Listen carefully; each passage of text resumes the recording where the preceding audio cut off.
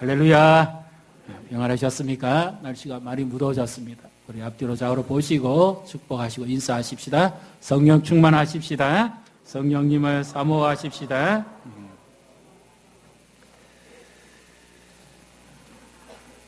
우리가 소통한다는 것은 참 귀중한 것입니다. 소통은 인간과의 소통, 하나님과의 소통, 이 소통은 다 도구지요. 또 놀라운 은총입니다. 축복입니다. 요즘은 우리가 소통하는 이 커뮤니케이션 도구가 많습니다. 스마트폰을 들면 언제든지 통화가 가능하고 정보를 주고받고 또 어떤 글을 달았을 때 밴드나 단톡이나 여러 이런 매개체에 댓글을 답니다.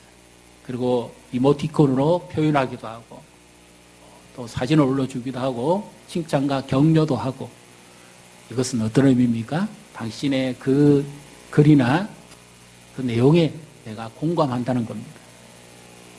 나도 그런 생각이 있습니다. 그리고 마음을 나눈다는 겁니다. 이것이 소통의 아주 중요한 기능이죠. 부부간에도 같이 살지만 소통이 안 되면 법적인 부부관계는 유지되지만 대화가 없습니다.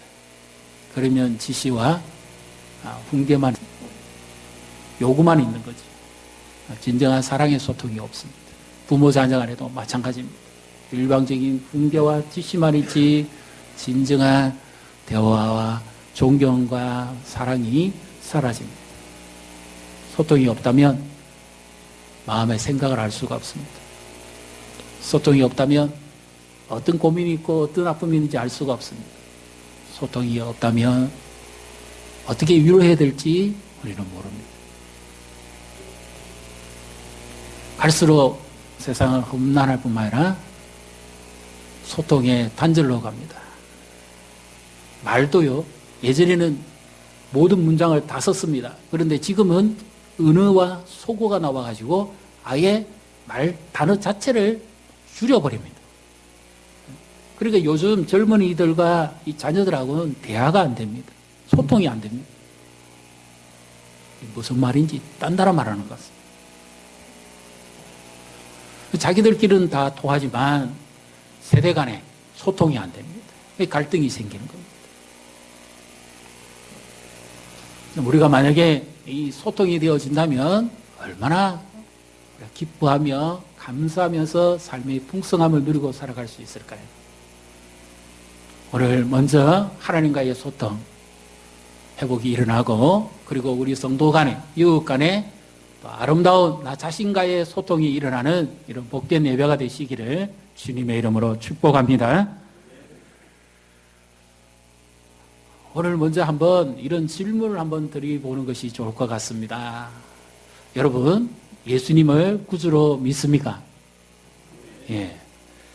그러면 성령이 계심을 믿습니까? 성령을 받았습니까? 참 혼란스럽습니다. 오늘 하나님 말씀에서 너희가 믿을 때 성령을 받았느냐 그렇게 바울이 에베소에 있는 12명에 가까이 되는 제자들에게 물었습니다. 3차 전도 여행을 이 고린도로 가지 않고 에베소로 재방문해서 잠시 거기 있는 사람들과 함께 말씀을 가르칠 수 있는 시간이 주어졌습니다. 그때 이 12명쯤 되어지는 7절에 보면 그들에게 바울이 묻습니다. 너희가 믿을 때 성령을 받았느냐 그렇게 물으니까 그들이 어떻게 대답합니까? 놀라운 답을 합니다. 2절을 우리 같이 읽습니다. 이르되 너희가 믿을 때에 성령을 받았느냐 이르되 아니라 우리는 성령이 계심도 듣지 못하였노라. 믿을 때에 성령을 받았느냐 그랬을 때 모르는 정도가 아니라 아예 성령이 계심도 듣지도 못했다 그렇게 대답을 합니다.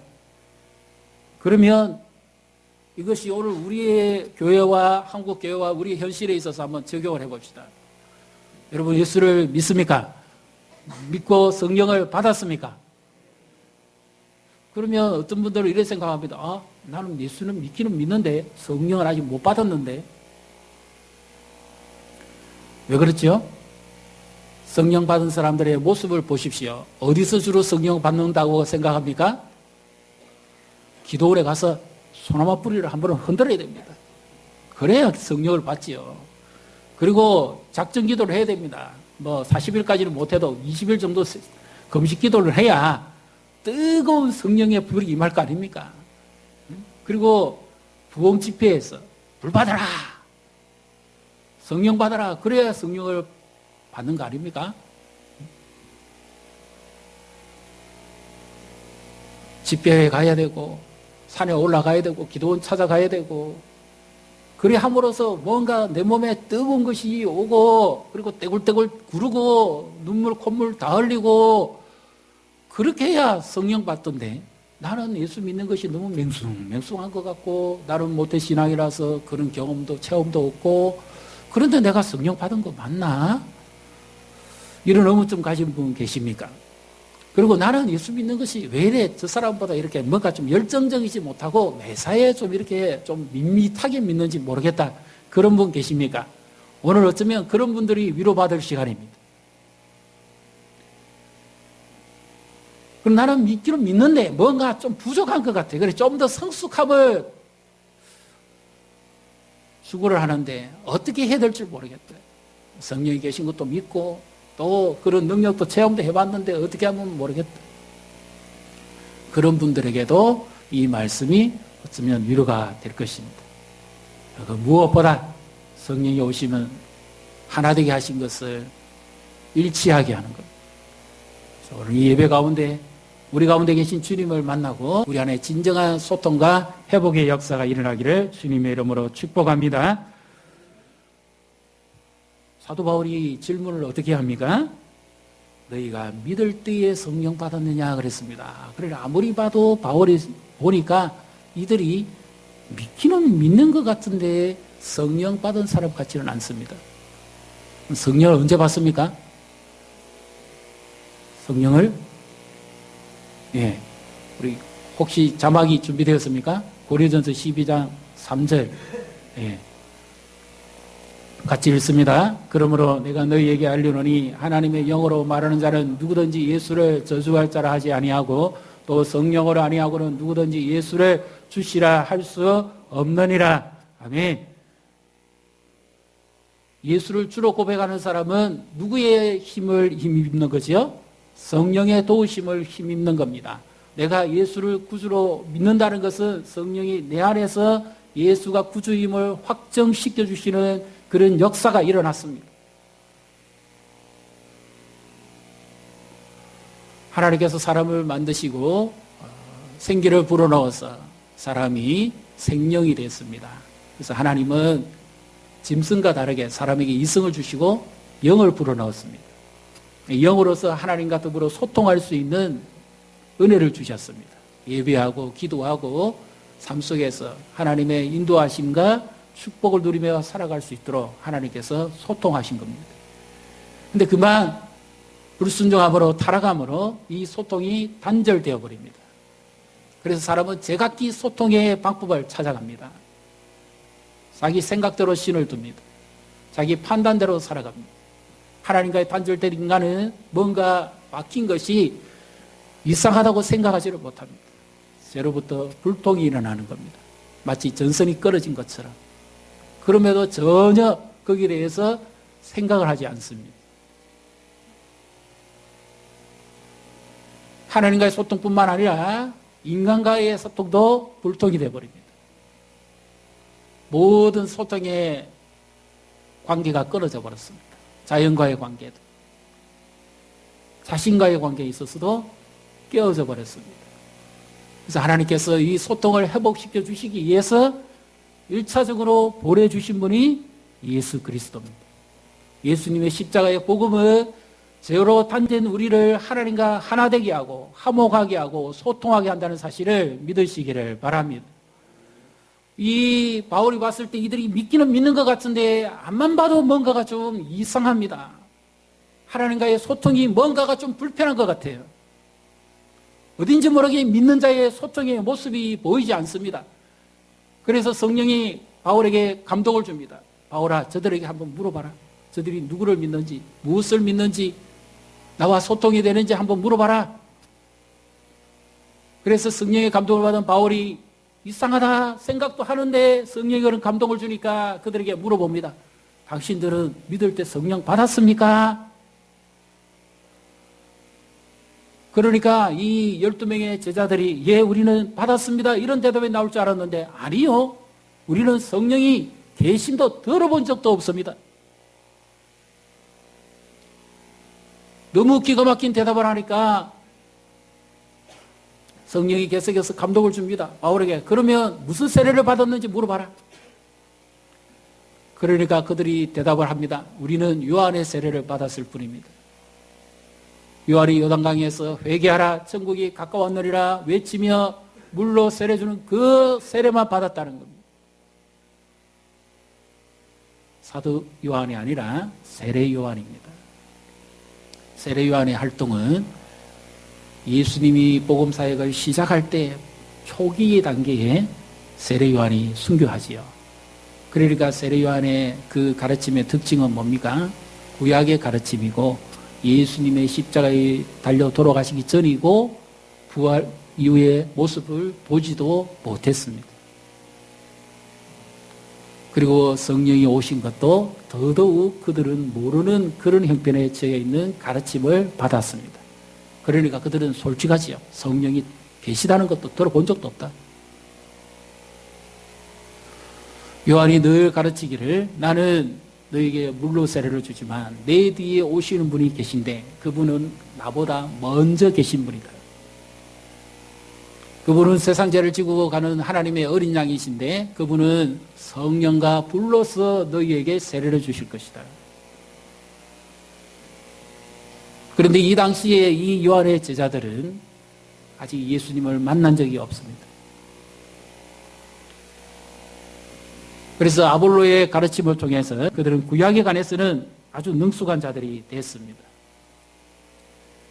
브리스길라와 아굴라를 통해서 참으로 복음을 약간 경험했습니다. 그 외에는 모릅니다. 그래서 사도 바울이 예수의 이름으로 세례를 주고 안수하니까 성령의 역사가 나타납니다.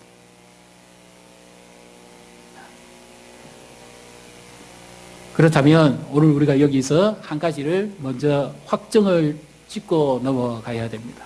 분명히 성경이 믿을 때 성령을 받았느냐입니까? 믿고 난 후에 성령을 받았느냐입니까? 성경을 보시면 답이 있습니다. 성경이 뭐라고 말씀하죠? 믿고 난 다음에 성령을 받았느냐입니까? 믿을 때에 성령을 받았느냐입니까? 그런데 오늘날 한국교회와 많은 사람들은 어떻게 이야기하죠? 믿고 난 다음에 뭘 받아야 된다고요? 성령 받아야 된다고 합니다. 근데 성경을 어떻게 가르칩니까? 믿을 때에 받았느냐고 물었습니다. 믿는 것과 받는 것은 동일합니다. 예수를 구주로 고백하는 순간에 성령이 우리 안에 내주하십니다. 믿습니까? 거기서 성령 받는 겁니다. 근데 성령 받는 것과 성령 세례는 다른 거라고 생각합니다. 왜 그러지요? 많은 분들이 자기 체험을 의존합니다. 체험은 주관적인 겁니다. 내가 밋밋하게 신앙생활 했는데 어느 날 내가 집회에서 기도원에 가서 기도하다가 갑자기 내 몸이 뜨거워지면서 그때부터 내가 바뀌었다. 그렇게 이야기합니다. 그러면 오늘 성경이 잘못된 겁니까? 자기 체험이 주관적인 겁니까? 헬라 원문은 동일합니다. 믿는 그 순간에 성령이 내 안에 임하시지 않았다면 내가 예수를 결코 주로 고백할 수가 없습니다. 그럼 우리 안에 성령이 계신 거 믿습니까? 그럼 우리가 성령 받았습니까? 아니면 어떤 분은 또 성령을 또 받아야 됩니까? 그럼 성령 몇 번 받아야 됩니까? 기도원에 가서 받고, 집회에서 받고, 부흥회 가서 받고, 금식기도해서 받고, 작전기도해서 받고, 죽을 때까지 성령 몇 번 받아야 되지요?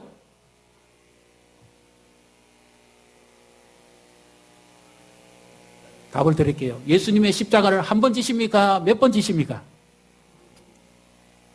예수님이 한 번으로서 십자가를 지시고 우리의 죄와 허물을 영단번에 사하시고 하나님과 더불어 소통케 해주셨습니다. 믿습니까? 예수님께서 약속하신 거죠. 예수님 자신이 한문에 불이하면 보혜사, 은혜를 보태주는 분이다. 그런데 내가 가면 나와 똑같은 하나님, 영광과 존귀와 기능과 모든 것에 똑같은 또 다른 은혜를 보태주는 분이 오셔서 너희에게 나를 증언할 것이다. 예수님이 부활 승천하시고 난 다음에 육체로 계실 때는 육체로 계신 예수님만 주변의 사람들이 만났지만 예수님이 승천하신 이후에 영으로 약속하신 성령이 오심으로 천하 만국에 있는 모든 사람들이 성령의 역사를 통해서 예수를 구주로 믿고 영접하고 그들이 구원받고 삶이 변하는 이런 역사가 일어난다는 사실입니다. 그래서 또 다른 보혜사, 예수님과 똑같은 하나님의 능력, 하나님의 영광, 인격을 가지신 그분이 예수를 믿는 자 안에 거하시고 동행하시고 함께 하심으로 의에 대해서, 진리에 대해서, 심판에 대해서 가르치시는데 성령이 오셔서 하시는 가장 중요한 일, 그가 와서 임의로 말하지 않고 나에 대해서 증언할 것이다. 믿습니까? 이 나가 바로 예수님입니다. 성령이 오셔서 하시는 일은 예수님을 믿게 하고 예수님을 전파하게 하고 예수님을 가르치는 역할을 하는 겁니다. 근데 이들은 믿기는 믿는 것 같은데 아무리 봐도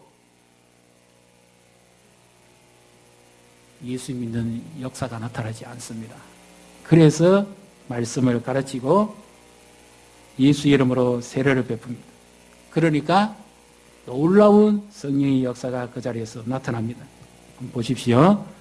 5절, 6절을 같이 읽습니다. 그들이 주 예수를 이름으로 세례를 받으니 바울이 그들에게 안수하며 성령이 그들에게 임하심으로 방언도 하고 예언도 하니. 아멘. 성령은 우리 안에 계시면, 한 번 계시면 떠나가지 않습니다. 우리 안에도 계시고 우리 곁에도 계십니다. 여기서 이제 중요한 한 가지 우리가 짚고 넘어가야 할 일이 있습니다. 아니, 나는 성령은 받았는데, 그러면 나는 방언도 못하고 예언도 못하는데 그럼 나는 아직까지 성령을 안 받은 건가? 아니면 아직까지 받긴 받았는데 충분하지 못한 건가? 어떻습니까? 여러분, 이 말씀 앞에서 나는 분명히 믿는데, 예수님도 믿고 성령의 계심도 믿고 또 성령 받은 것도 확정됐는데, 그런데 내게는 왜 방언도 예언도 안 하지? 성령이 뭔가 불충분한 부분이 있다고 생각하시지 않으세요?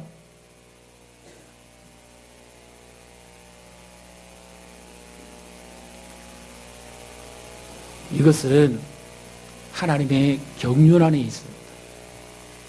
하나님께서 바울을 고린도 교회로 바로 보내지 않고 에베소로 보내서 하나님께서 복음 전파하는 일에 일치와 확정을 이루기 위해서 이 역사를 일으킨 겁니다. 이들은 분명히 요한의 가르침만 따랐습니다. 이제 복음을 받아들이고 예수님을 구주로 영접했습니다. 요한의 세례를 받고 따랐지만 그가 정확하게 어디의 사람인지 알 수가 없습니다. 그러면 이들이 정말 그리스도인으로 거듭났는지 안 났는지 확정시킬 방법이 없습니다.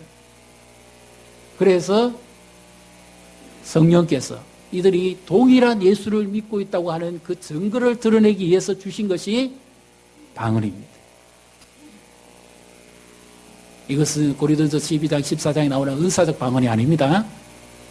이거는 오순절에 임해서 13곳의 지방에서부터 온 사람들이 제각기 자기의 나라 말로 자기가 난 곳을 언어로 듣고 복음을 깨닫고 그들이 회개하고 형제들아 우리가 어찌할꼬 했던 바로 그와 같은 성령의 역사하심 속에서 복음의 일치를 이루어가는 하나의 하나님의 소통의 방편입니다.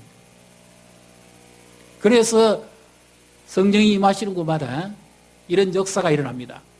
그러나 우리가 이것 때문에 신학자들끼리도 서로 나눠지기도 하는데요. 오순절에 임한 성령은 한 번 임합니까? 몇 번씩 임합니까? 이것은 상당히 신비한 것이고 깊은 의미가 있는 겁니다. 그런데 오순절에 임한 성령은 다릅니다. 예수님이 약속하신 대로 성령이 강림을 하신 것이고, 그리고 성령이 제자들 위에 충만히 임하심으로 내주하신 것이고, 그리고 능력과 은사가 나타나서 복음을 담대하게 전했습니다. 사마리아의 빌리보 쪽에서 복음이 전파되어집니다. 그러나 성령이 오순절에 강림하신 것처럼 그렇게 강림하시지 않고 이미 오신 성령의 역사를 베드로가 요한이 안수함으로 사마리아의 성령이 나타납니다. 이방인 고넬료 집에 사도행전 10장에 가서도 마찬가지입니다. 유대인과 이방인은 상종을 하지 않는데 성령의 감동을 따라서 베드로가 고넬료의 집에 따라갑니다. 그곳에서 베드로가 예수 그리스도의 복음을 전합니다. 그러니까 그 예배 중에 성령이 임하십니다. 그러니까 이방인들이 예수를 믿는지 안 믿는지 확인할 방법이 없지 않습니까? 그래서 주께서 주신 소통의 방편으로 방언을 하게 합니다. 우리와 동일하게 믿는 자들이다. 처음 우리에게 하심과 같이 사도행전 19장 에베소에 나타난 하나님과의 소통이 이루어지는데 복음 안에서 진정 이들이 거듭났고 하나님과 소통된 사람들이다 하는 증거를 주시기 위해서 이 기능을, 이 소통을 하나님이 열어주는 겁니다. 그래서 나는 방언 못하는데 염려하지 마십시오. 하나님과 소통이 되면 성령 받으신 겁니다. 믿으시기 바랍니다. 예배하고 찬양하고 기도하고 이 모든 것 하나님과의 소통의 방편이잖아요. 성령이 내 안에서 예수님을 구주로 고백하게 하고 높이고 찬양하며 기도하며 소통하게 합니다. 이 모든 것이 다 하나님의 은총입니다. 그 다음에 또 하나가 있습니다. 꿈 잘 꾸고 복권 사십시오. 자, 이것이 예언입니까? 내일 무슨 일이 일어날 것이다. 이거 예언입니까? 그는 세상 점쟁이가 하는 예언입니다. 성경이 말씀하시는 예언은 그것이 아닙니다. 정말 이들이 예수를 구주로 믿고 하나님과 더불어 소통되었다면 이제 무엇으로서 이들의 삶이 성숙되어 갈 것인가? 지난번에는 처음 봤을 때는 예수 믿는 모습이 전혀 나타나지 않았습니다. 말도 그렇고 행동도 그렇고 전혀 예수 믿는 자 같지 안 보였습니다. 그런데 이제 성령이 임했습니다. 예수를 구주로 고백합니다. 소통이 이루어집니다. 그러면 이 상태로 그만둘 것인가? 아닙니다. 여기서 더 깊은 성숙의 단계로 갑니다. 하나님의 말씀을 듣고 깨닫고 분별하고 순종할 수 있는 자리까지 갑니다. 그래서 이들이 이제 하나님의 말씀을 듣고 순종하고 이 말씀을 배워가는 이 지식에 이르렀구나. 그것이 바로 예언입니다. 그럼 오늘 우리는 예언합니까? 못합니까? 옆에 분에게 여쭤보십시오. 예언합니까? 못합니까? 예언의 은사가 아닙니다. 이거는 말씀을 맡은 자, 그 말씀대로 살아가는 삶, 그러니까 하나님의 뜻을 분별하고 살아갈 수 있는 참된 그리스도인의 삶의 표지가 예언으로 나타났다. 그 말입니다. 자, 여기서 이제 더 깊은 곳으로 들어가기를 원합니다. 다음 주이면 성령 강림 주일입니다. 교회는 성령이 하나 되게 하신 것을 힘써 지켜가야 됩니다. 교회가 기도할 때 하나님의 뜻을 깨달아 알 수가 있습니다. 소통의 방편을 하나님이 그렇게 열어주시죠. 그래서 특별히 은혜를 사모하십시오. 그리고 나도 이런 경험 없어도 더 하나님 앞에 간절한 사모함을 가지고 기도하십시오. 갈망하십시오. 하나님, 제가 말씀을 더 사모합니다. 더 말씀을 듣기를 원합니다. 더 주님을 알아가기를 원합니다. 은혜의 보좌 앞으로 더 담대히 나아가시기를 바랍니다. 하나님과 더불어 더 깊은 소통이 일어나야 됩니다. 하나님과의 소통이 이루어지지 않음에도 불구하고 전혀 개의치 않다면 문제가 있는 거죠. 내 힘으로 사는 거죠. 하나님의 보좌 앞에 가까이 갈수록 주님을 더 만나고 말씀과 기도로 더 하나님의 뜻을 분별해 살아가는 사람일수록 더 영적인 갈급함이 있습니다. 그렇게 나아가는 자마다 하나님 앞에 철저하게 자기 자신의 무능함과 죄인됨을 고백합니다. 하나님, 나는 부족합니다. 이대로 나를 두시면 안 됩니다. 하나님, 나를 은혜의 보좌 앞으로 더 깊이 인도해 주십시오. 그리고 말씀과 기도로 주님과 더불어 더 깊이 소통하게 해 주십시오. 성령의 감동하심을 따라서 내가 더욱더 담대하게 복음을 전하게 해주시고 예수가 주인 되시는 삶을 살아갈 수 있도록 성령이 내 안에서 역사해 주십시오. 내 지정의 인격을 온전히 성령이 지배해 주시고 다스려 주시기를 원합니다. 그런 갈급함을 가지고 주님의 보좌 앞으로 날마다 더 가까이 가시기를 주님의 이름으로 축복합니다. 내게 어떤 은사나 체험이 없어도 하나님을 향한 갈망함을 가지고 더 깊이 주님 앞에 나아갈 때에 주님과의 교제가 회복되어지고, 그런 주님과의 교제가 회복되어진다면 우리 인간 사이에 부부간에 있었어도 이 불통이 일어나는 거 우리 힘으로 해결 못합니다. 하나님이 나에게 소통의 은혜를 주셨다면, 정말 그 십자가 앞에 내가 있다면 부부간에 있었어도 소통이 회복되겠죠. 부모 자녀 간에도 훈계와 가르침만 있는 것이 아니라 진정한 하나님과의 소통이 있기 때문에 사랑이 있고 진정한 그리스도의 향기가 나타나겠죠. 성령 안에서 소통이 이루어질수록 예수님의 인격을 닮아가게 되어 있습니다. 내적인 어떤 무슨 이런 것들은 나타나지만 더 주님과의 깊은 교제를 얻고 사랑과의 교통에 있어서 막힘은, 불통은 일어나고 불협화음이 일어난다면 이것은 사람이 잘못된 걸까요? 성령이 잘못된 걸까요?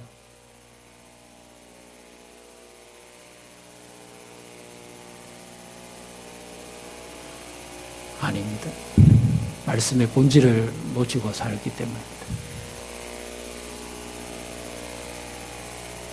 교회의 머리 되신 주님께서 말씀과 성령으로 교회를 이끌어갑니다.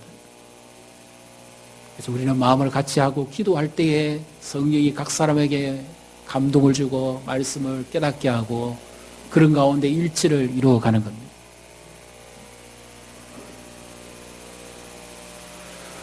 그리함으로 말미암아 그리스도 안에서 피차 서로 존중하고 경외하게 되어 있습니다.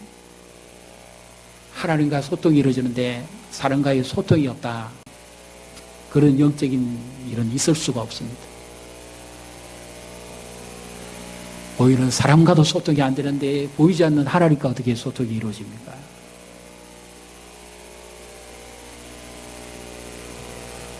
그래서 성령께서 우리를 다스리시고 날마다 예수의 인격을 우리 안에 심으시면서 십자가 앞에서 우리를 날마다 변화시켜 가는 겁니다.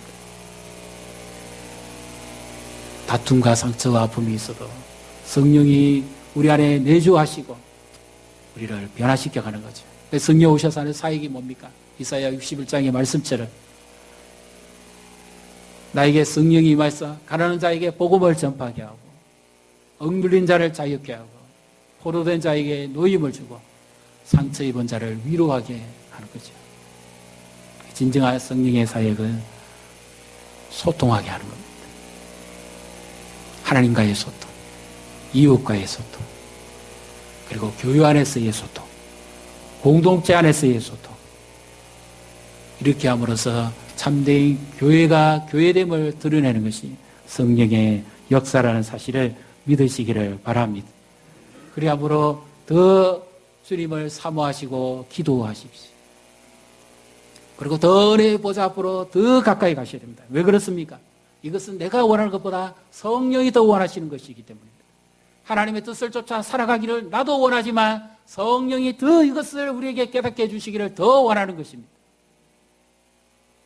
하나님과 더불어 소통하고 살아가기를 하나님이 더 원하시는 겁니다. 부부가 소통하며 살기를 성령이 더 원하는 겁니다. 가족 간에 소통하며 살아가기를 성령이 더 원하십니다. 교회 안에서 소통하며 살아가기를 성령이 더 원하십니다. 그리함으로써 진정한 그리스도인의 표지, 하나님이 기뻐하시는 성령의 일치를 이루어가는 성령의 충만한 삶을 살아가는 저리 성도님과 교회가 되시기를 주님의 이름으로 축복합니다.